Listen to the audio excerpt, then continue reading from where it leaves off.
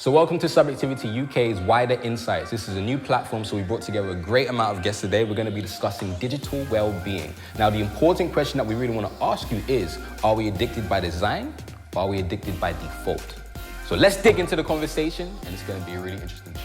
So the previous discussion that we had was talking about social media, right? We did a show, Are We Connected? And we've realized that in terms of our consumption of social media, right? It impacts us in a psychological way. Like me personally, I don't know if you have any personal experiences, but I always feel like I need to have a diet from social media. I need to actually take myself away from it. Does anyone experience that? Yeah, it's important to cleanse yourself to make sure that you're living in the now rather than on the demand. So are you dependent on social media? No. I think if I don't know why I don't believe you, but I feel like everyone to some extent is dependent on it. I think you're dependent on it in a way, but it depends what you're dependent on it for. Okay, so what are you dependent on it for? So sources of knowledge. So there's sites out there or apps out there that you can learn from, but it's how you use it, when you use it, and how you digest it. But if you are dependent on it that you feel like you'll be lost without it, then that's when there's warning signs and you have to go offline and bring yourself back into the ground. So like, do you believe, sorry to cut you, do you believe, like we are a product of our environment? Yeah? Like you are what you eat. Absolutely, right? And in some ways, actually, it's become part of our anatomy. All of you have got your smartphones on you, even though we're not using them. But it's become, and the idea that I could go somewhere and not have my smartphone with me almost makes me feel a bit sick. Yep, I agree. But am I addicted? Am I dependent? Because actually, if you think about it psychiatrically, dependence means like a narrowing of what else you do. So I can go on Facebook, I can go on Twitter, but I also spend time with my friends and my family. And so am I actually dependent on it? But how you communicate with them? Yeah, it's all through that. But I could. You can disconnect from exactly. it. You can be the there and the online but and the I do offline. feel like some people aren't aware of how conscious they need to be of what affects them through social media and through their consumption of it. Agreed. Right? So that's a strong mind. Not everyone can claim that they're a strong person in terms of their usage. It's a way of being able to see it for what it is, and it was almost like people have this social media glasses, right? So you're wearing glasses, and they're looking at the world through what they see online, rather than seeing what's offline. And because you're so consumed in your smartphone that you take everywhere with you, that if you don't have, you feel a bit lost. It's like you don't walk with as much. If you left your house without your phone, you'd walk in a different way. You'd feel a bit unsure, a bit uneasy. But if you had your phone, it's like your security blanket, essentially, and you're walking with it. And it's like almost that technical presence that makes us feel safe, even though we as a person, as an individual, should feel safe enough with all of our senses. So this is why I was going back to the whole, like, you are what you eat, right? If we're consuming a certain amount of feeds every day, if we're getting a certain amount of validation every day, if we're communicating and we're in a relationship, we're using WhatsApp to communicate. WhatsApp now makes us feel good because we might get an alert from someone that we feel for, right? Yeah. So are we what we eat? Are we what we consume online? Yeah, it's funny because you said you don't think you're dependent, but if the only means of communication you have to your friends is said smartphone, then wouldn't you say you need your smartphone to talk to them? So dependence. Wait, don't start now. Don't. No, but the way I think about it is like I'm thinking about dependence in terms of like alcoholism, gambling dependence. So I'm not talking about addictions.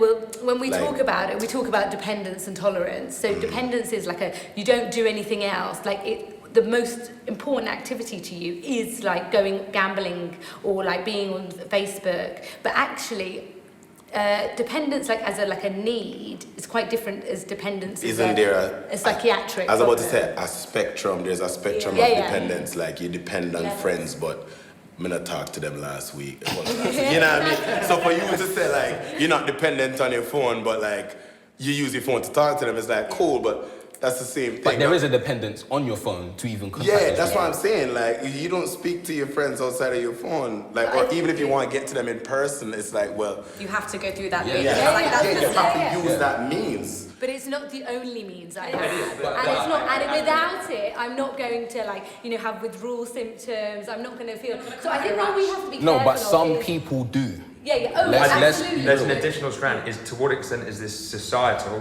and to what is it personal? Do you think you can coexist in today's society without a Twitter presence, a Facebook, Instagram? Depending on what your career is, no. I'm an entertainer, right? I do a lot of other things. I need to be in contact with my followers and my following needs to be in contact with me, right? There's a lot of time, if you use Instagram, for instance, if you're off it for a certain amount of time, when you upload something in, you're not having the same amount of interactions because it cuts off, right? It almost nerfs your interaction with your following. So it's telling you, even like Facebook posts, if you get a high reach on your first boost, it will lower the price. So you push again, so you get more interactions, right? So I need to have a constant interaction with my following, otherwise my career, not saying that it would plummet, but it will have a negative impact. Awareness, you're not going to reach. So it moves beyond the behavioural and the psychological element, that it's economically motivated with your everyday life. But again, that economical framework is affecting my psychology. Absolutely. It's stimulating growth for people to grow, but it can also be detrimental at the same time.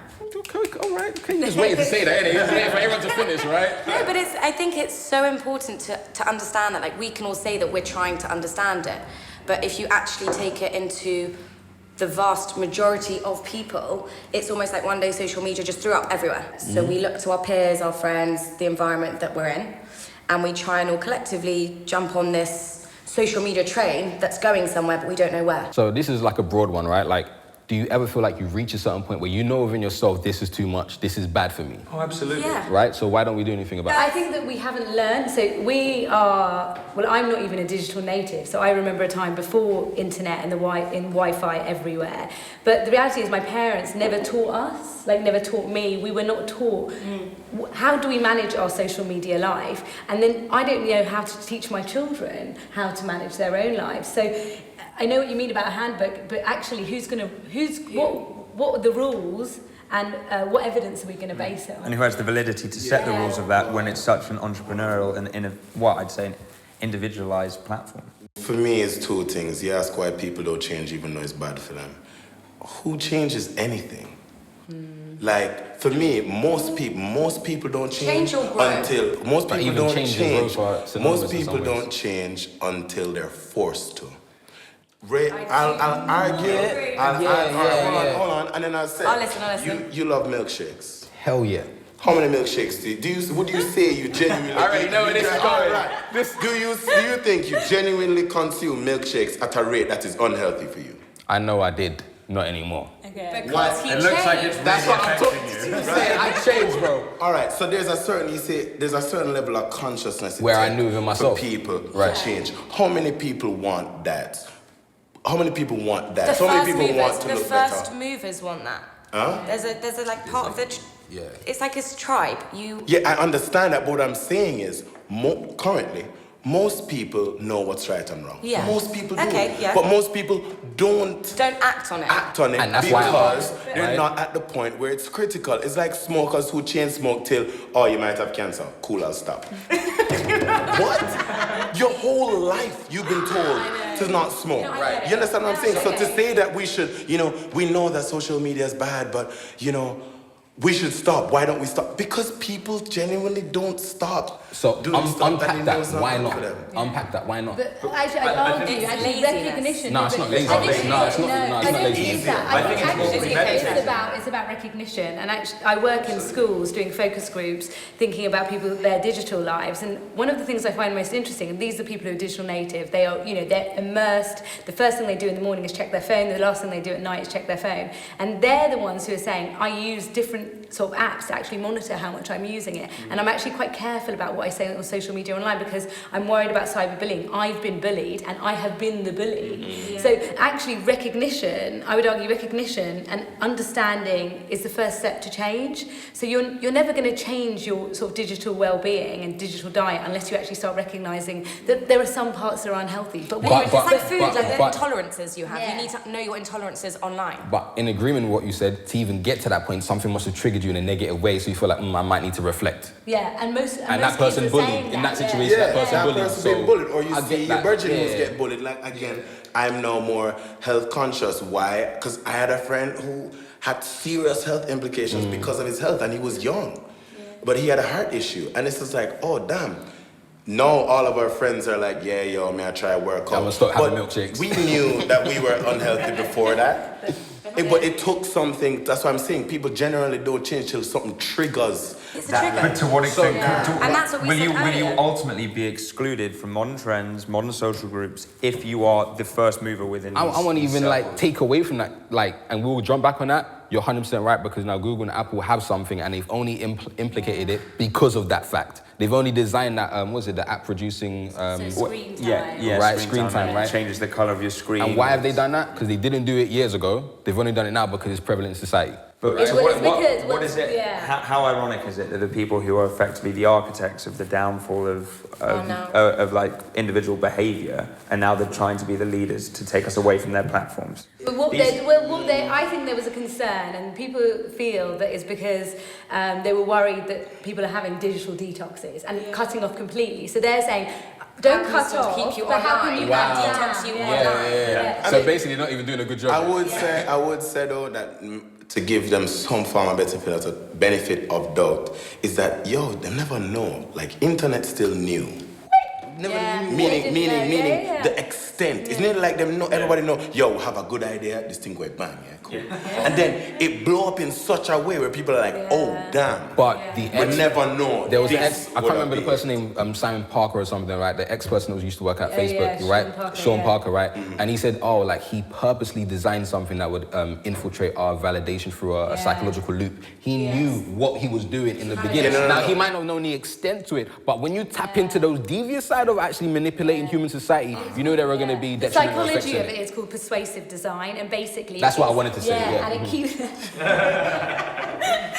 it's true. It basically keeps you tapped in. You want to be validated. You can't, and that fear, when you're like, oh, my WhatsApp, I have this weird compulsion where I check like WhatsApp, Twitter, Facebook. It's like it becomes a ritual. Oh, it is. It's a behavioural thing. It's the same way that people give up smoking. It's called irrational loyalty. Yeah, it's what they really tap into your brain. Sorry. I love the way you just say these words, and I was like, okay, there's behavioural triggers with it. In the same way that people become more than addicted to the nicotine, they become the act of rolling a cigarette. This is now. The average person, there was a survey recently that you check social media feeds at least 28 times a day. Or 78% of people check their smartphone within 15 minutes of waking up, but don't know what they're looking for. It's a real integral part of us. No, 100%, but it's only become that way. It's a form of social exclusion if you're not on it. Absolutely. So actually, I think that it isn't about having a really extreme diet or always having to cleanse, but it's about a digital decompression. Absolutely. Do you ever remember, being in school? Some of you may relate, some of you may not, right? Like, I never used to have cable growing up. Someone used to come and say, did you watch the episode of EastEnders or something?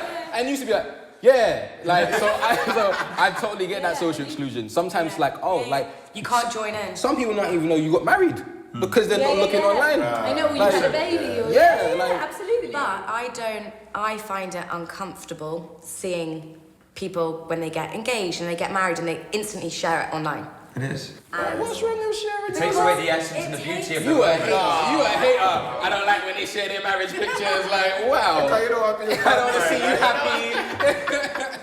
No, because I think that enjoy it in the moment. Yes, be present. Be present now, and this on-demand world has made us can I extend on to that? Yeah, someone, please.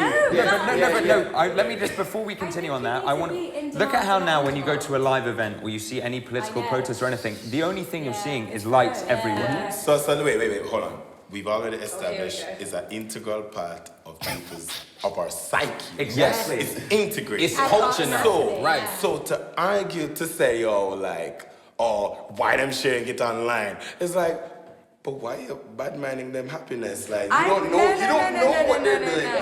And when you see people, how many people that you do all your thousands or whatever? Wait, hold on, No, hold on. So, social media. So again, I grew up in Jamaica. Yes. Social media allows me to talk to my people in Jamaica without buying the £5 phone card from the car.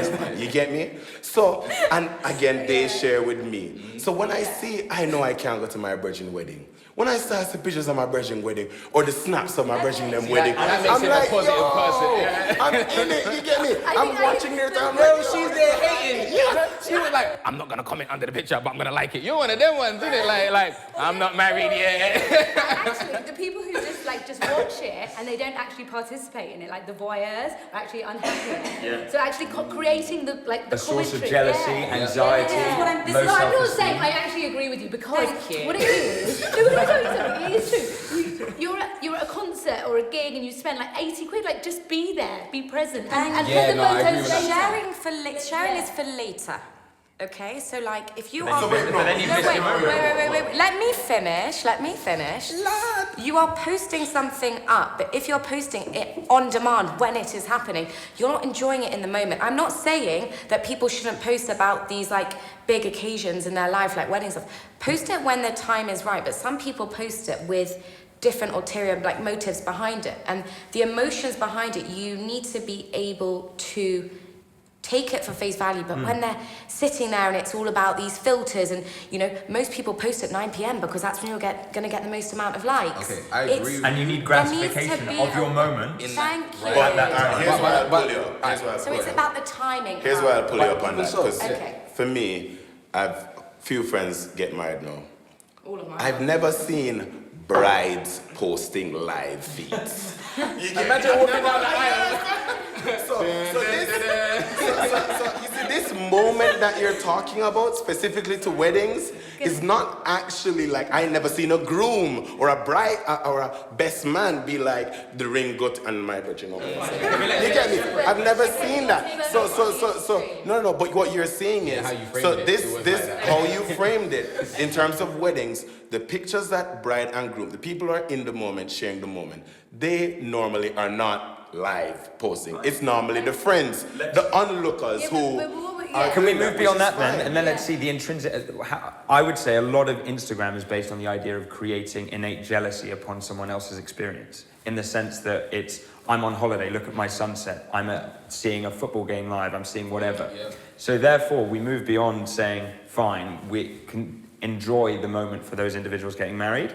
Whereas I have distinct further problem of the idea that I need to have validation through creating and enforcing jealousy upon my closest circle. So do you think you think everybody who posts not everybody, but remember back in the days when you used to send a postcard and it says wish you were here? Yeah. Bro, Instagram has become that. Come on now. God. Why are we posing in such a way when it's like, yeah, let them hate? How many? But it's not just that, but it's also about the anxiety. So like if you... But that's a strong part of it. I didn't get 100 likes, I didn't get 100 likes. And if I don't share it now, when am I going to share it? It didn't happen if you don't share it. Exactly. Yeah, like for real. If it's not on my Facebook feed for the next like years of my life, reminding me that this happened. But then I'd say we can move it beyond. It's a social journal. It's a profile of our lives that we want as like a history. If your journal is private, if your private life, it's like you don't exist anymore. So like if you're not posting, you have a boring life, you've got nothing to share. But the people who are private are usually the ones that are so content with what they're doing that they don't need that online validation. Not all the time. Okay, so there's a specific type of person that knows that they don't need to post that sunset because they're enjoying it. But then if someone else posts that sunset and I haven't or someone hasn't, do you need to post it? They've seized the moment. So we have to be very, very clear, right? There are some people that are happily to be immersed in the digital culture, right? And the digital culture nowadays, if I experience something, I'm gonna share it. Right? That's the state of Stop Snapchat. Thank you. Right? That's the status quo right now, yeah? But there are people like yourself, right, who do want that private life, who do revolt against the status quo, right? So I'm experiencing this. I don't want to share this now. Maybe later when I have kids. There are some people like that, and I feel like there's a battle between those two. So we can ask a question then. We can ask a question then because we are talking about sharing and we talk about jealousy and we talk about all these things. Cool. So you see, for me, I think Facebook reminded me when I joined Facebook 2007. Yeah. You know what that means? You see, if internet dead right now, there's no record of my life. Yeah. And I'll tell you the difference. You see, my mother, you never go to your grandma, I don't know cultural backgrounds, but you see when you go to a grandmother's house, she bring out the albums, the photo albums. Yeah. And she's like, oh, this is when, but they do it in such a way, my mother have 20, 21, 22 albums, cool, and it's written. No, this is a digital age. I don't print my pictures. And sometimes when Facebook remind me, say, yo, 5 years old, I'm like, oh, snap, that was me. Like, so really, are we documenting, are we now just digitally filing memories so that we can look back and say, yo, major difference. One is an album to be shared amongst your family. This is something that we are communicating. No, but my grandmother would share it with everybody who walked in the house. But it's a limited number of people, and what I'm worried about is these kids who are posting stuff and not realising that their history is available. So when they're like in 8 years' time, when they're going for employment, they can just Google it and find that you said this on Twitter. And actually what this woman's trying to do,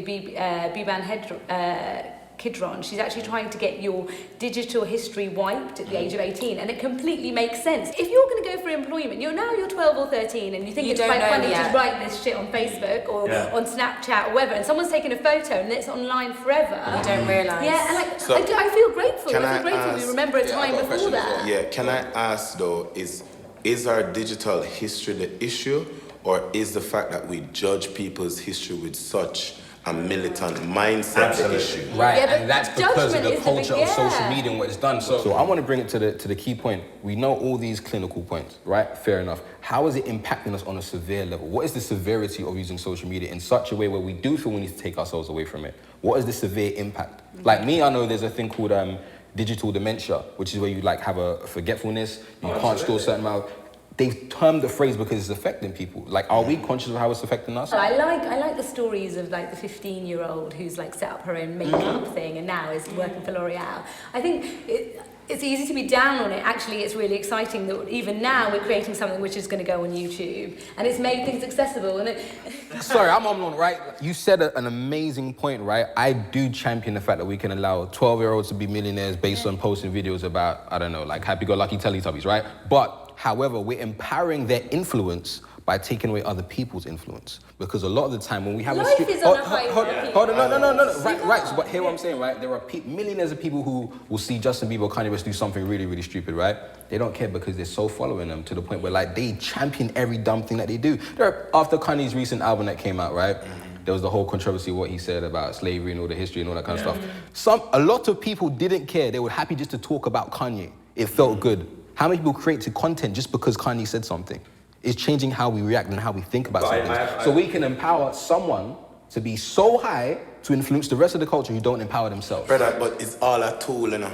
Yeah. It's just a tool. That's what I'm saying. How you use the tool is whatever, just like knife. Knife crime is a thing, but we can't stop selling knife because we need to cut vegetables. You know what I mean? You know what I mean? You know what I'm saying? So it's like, so really, yeah, complain about the thing, but I'm like, yo, is there just ethical use? I'm not complaining about the tool itself. I'm complaining about what is actually highlighted in us. Yeah. Right? I don't think it's a but wrong as you thing. said, it's in us. Kylie Jenner is one of the world's youngest billionaires. She's built herself on social media. Kanye, he's learned from Kim how to use social media. Yeah. But I have more of a problem in the fact if I move it back maybe 20 minutes when we were discussing social media and online is now a knowledge source. We're giving people a complete platform and a pedestal in society if we talk about hierarchies when there's no validity potentially to their perspective, and that can only preach and further disseminate maybe very damning perspectives. But you know what I would argue is that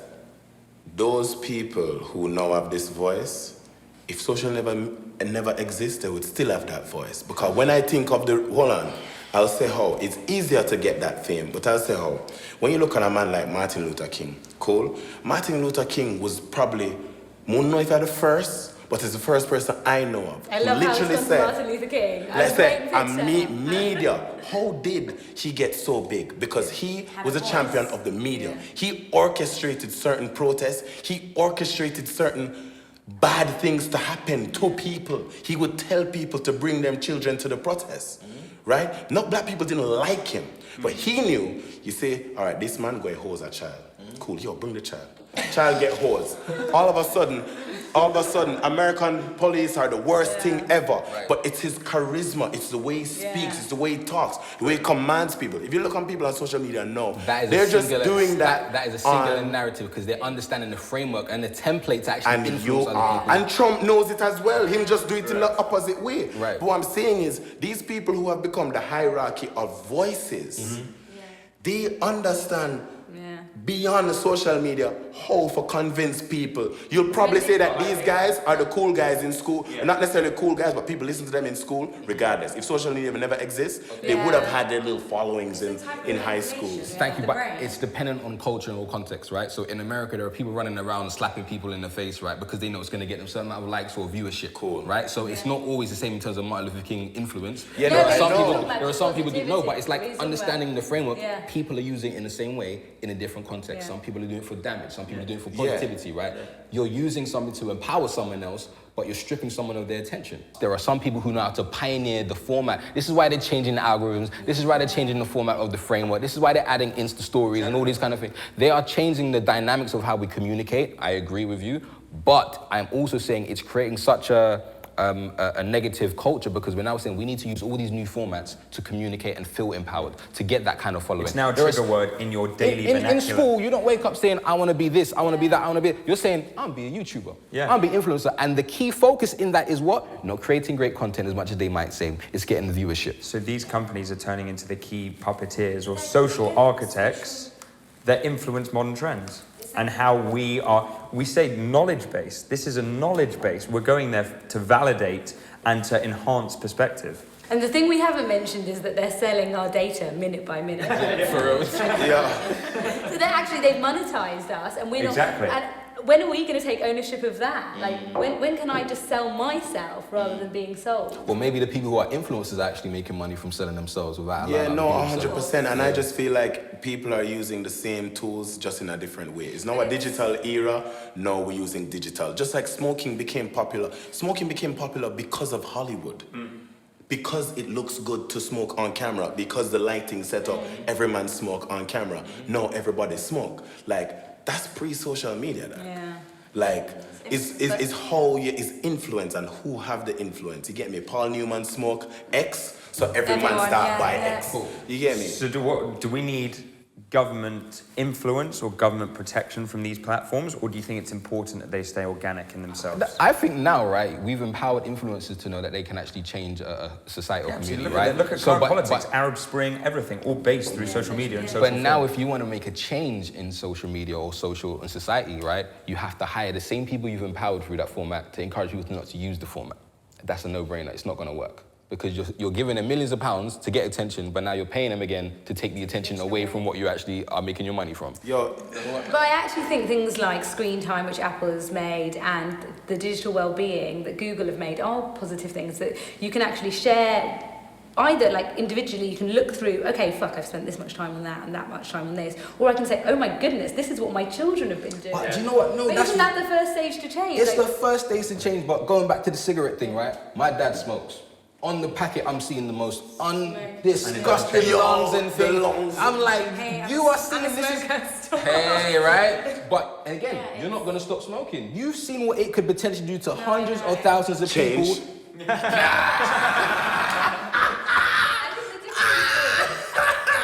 was perfect. Well, I'm saying, yeah, go on. Nicotine is one of the, it's more addictive than anything, and even more than opium. Nicotine, if you see rats who are addicted to nicotine, which is what's in cigarettes, they're like, the dopamine rush you get from Facebook, Twitter, social media, I don't think it's as powerful. No. So it can be controlled and mediated, which is why you can have a cleanse. Yeah. So she's having a digital cleanse, but she I carries can have on digital smoking. cleanses. But you have outside smoking. Yeah. Okay, so what was that thing you said about not eating glucose, not relying on glucose anymore? Keto. Right, so you can change your genetic makeup. You can change your biological makeup depending on what you're depending on as a source, right? You can do the same in terms of smoking. You just have to have the desire to do it. I know that I can quit if I want to, and I have stopped before in the past for like a year. Stopping? Just this is a different. Life is made of simple let's not go there. This is becoming a change will come. Wait. No, because I think it shows a really valid point that you are able to cleanse from social media, but smoking is so powerfully. So smoking is stronger than the impact of social media. No, it's a different type of addiction. But listen to what you're saying, right? You are not stopping something that is going to kill you. That is killing you as you smoke, right? Social media isn't particularly hurting me physically. My body is not physically changing based on liking, right? I might get some like arthritis in my finger by using it too much, right? But your lungs are dying every time you smoke a cigarette, right? So increased levels There's a of mental health impact, but it's the mental health. It's my mental health behind those two different things. When I'm smoking, I get it, it's bad for my lungs, and it does lead to lung cancer, right, and it can kill me. But my mental health, I am not unaware of the negative connotations it has. So I am aware that it is bad for me. I know every time I have a cigarette, it is bad for me. But I know I feel bad for you even having to defend No, and I know why I'm not. smoking, and I know why I'm smoking, and I get it, and I understand those emotions, and it is that simple. It's bad for me. There's nothing else. Social media and the negatives behind that. There's so such a ingrained. Vast negative connotations that I am not aware of that can just be sprung on me one day.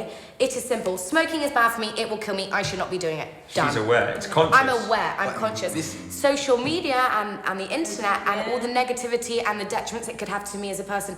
God, I'm getting goosebumps. So deep within. I don't know. I don't know. But It could be 10 times worse. So this is what I'm trying to say. Wait, hold on. So this is why I was going back to your point, right? You said that you feel like nicotine is a stronger addictive form than social media, right? Now she's aware, not to use an example, but I have to right now. You're Just don't aware. say she, say Imogen. But carry on. Goddamn. Oh, okay, Imogen. Imogen about to die, right? Yeah. So you are aware that you feel like social media isn't as addictive as nicotine, right? But Imogen can see just the detrimental effects it's going to do to your lifespan, right? Yeah. But you can't see what social media is going to do to you. So which is more insidious? The thing that you can see is going to kill you, or the thing you can't see which But I don't can't? think the question is whether she has to give up smoking or not give up smoking. Listen, I'll buy you a cigarette now. You do your thing. It's about the fact that she can manage her digital life and she's able to recognise it. And I think that's what's worrying is when people don't know. It's also And they don't know. It's the I don't. It's the uncertainty. Yeah, and I think it's the acute awareness when you smoke. She says there's this behavioural logical process she moves through. I'm aware that this is bad for me. I'm going to continue to do it because what I have to. And in a time of my life, I may have a conscious decision where I no longer want to do this. So then, agreed. One would argue that people who use social, again, everybody know what's right. People would say that, boy, well, no, a lot of people know what's right. Everybody's been talking about the impact of social media. We can always find ways to rationalize our behavior. Yeah, so a man can say, boy, I'm just using this filter right now because, I'm single. But, you know what I mean? But when I get a man and I'm stable, I'll stop posting like 1 million selfies a day. Trust me, it will happen. You know what I mean? Like we can rationalize. So are we saying then that when we open our phone, there should be an alert that say you use this more than 3 hours a day, it's going to have a negative impact on your mental health? Are we saying that we should do that? Warning. Yeah? Because there's no warning. Because there's a warning on cigarette packets, but there's not a warning on opening Instagram. Like, should there be a countdown in terms of like how long we can use it in a day? Because there's no tangible output effect of our use of social media. We are aware that it hurts us in terms of anxiety, self-esteem problems, maybe the wider and peripheral effects that it has on society in general. Whereas smoking, it leads to something. Certain people can be lucky. Where is online leading us to? What is this our is the time problem. spent on our face? Where's it going? It's a road to nowhere. We have no idea. It's like the train that you don't know who's driving. Like, Exactly. It's that journey it's taking you So on. I remember watching Denzel Washington speak after like a film premiere, and he was like, we haven't seen the negative impacts of having too much information. Correct. Right? And I feel like that's where we're going. So we are right now in the eye of the storm. We don't know what's out there when we move. So it is about having digital boundaries, and actually being able to manage your life. So saying, okay, I've checked in, I've spent this much time on this and this much time on that, but also being aware that fake news exists, and that actually everything you reel is not a given, and also not like what I did when I defriended a lot of people who were pro-Brexit. I've created my own digital bubble.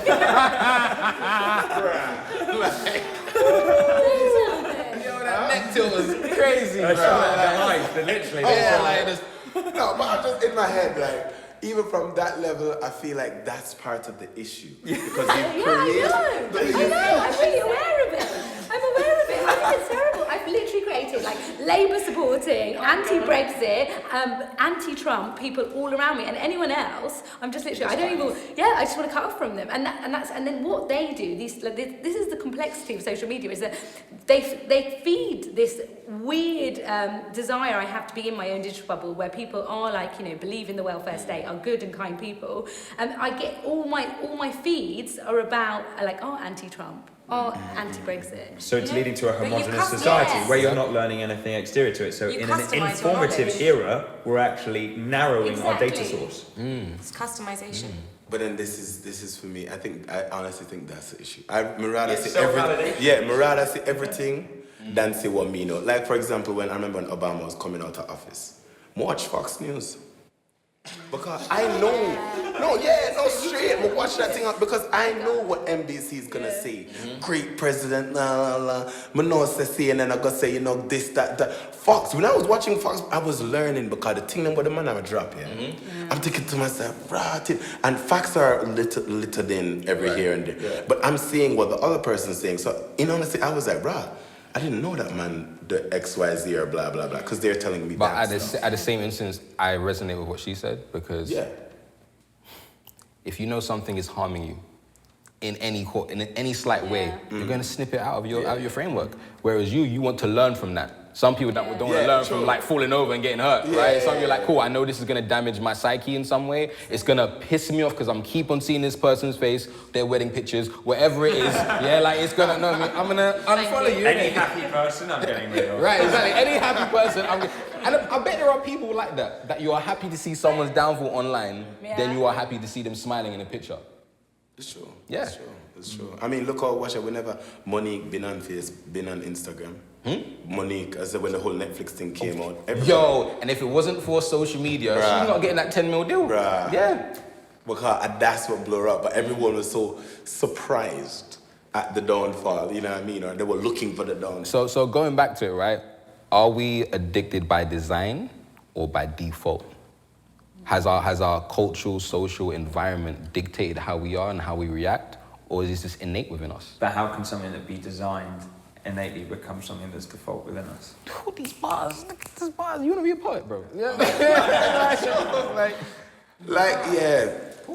I would say it's default.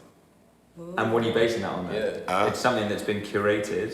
But you have to understand, say, again, if me use an example, like you can buy the stock MacBook. The stock, that's the default MacBook. They designed the stock MacBook. It's going to function without the apps, but you have to put the apps. But for me, so you talk about social media. What does social media really tap into? It taps into the default of human nature. Communicating. We're social beings. From the beginning. So it's tapping into that trigger. And then it's we were painting on walls for a next man to see the wall and say, I was there. Cool. Remember the Matrix, right? There was a point where Morpheus was like, okay, at what point are we depending on the machines or the machines depending on us, right? So default or design. Does social media exist without us? No. It could be an app, but it wouldn't be used, right? Is that mental framework, again, being used in a positive way without social media or in a negative way without social media? Social media is controlling us in terms of the application of our efforts. But we can control it. We can, but not everyone does. And it needs to be premeditated. It needs to be recognised, then revised. Yes, so brought into consciousness. It's kind of tapping into. So where is the guideline? And I think you mentioned this before about like, we should have a guideline. Is it how many hours a day are you on it? How frequent? Who's to tell you for something that is freely accessible how you use it? It's the same way smoking. We're going to come back to the example. I can't tell you. No. On the bottom it's going to be like, no, that's a lie. That's a lie. I'm going to say one thing. No one tells you you can have 10 a day or 12 a day. This is free choice for you where there comes a moment where you go, I want a cigarette now. But you're putting metrics. You're basically saying how many to have a day. And you said something before with how many hours. Yeah. And you are falling into the trap that social media is creating. Let me finish. It is giving us the views. We're able to see views and we're able to see our own metrics, right? The danger, I think, that the metrics and the numbers that we're now trying to think online of, we're becoming this like computer as such, like we need to think in hours, numbers, metrics for validation. Results. You know, should you only have 3 hours? Should you only have 4? You could do so many tests that says it is only healthy to have 1 hour. It is only healthy to have 3. But you're still labeling it and putting a... No, I get what you're saying, but in the history of humanity, statistics has helped a lot. Yeah. I mean, you need research is the basis of what we're going to do. But we haven't been basing our lives of everything we do for validation. Right, and I feel like even this conversation in itself is adding to the statistics in terms of how we view things. So I feel like even that, and like as an ending point, is cool. We'll carry the conversation beyond that.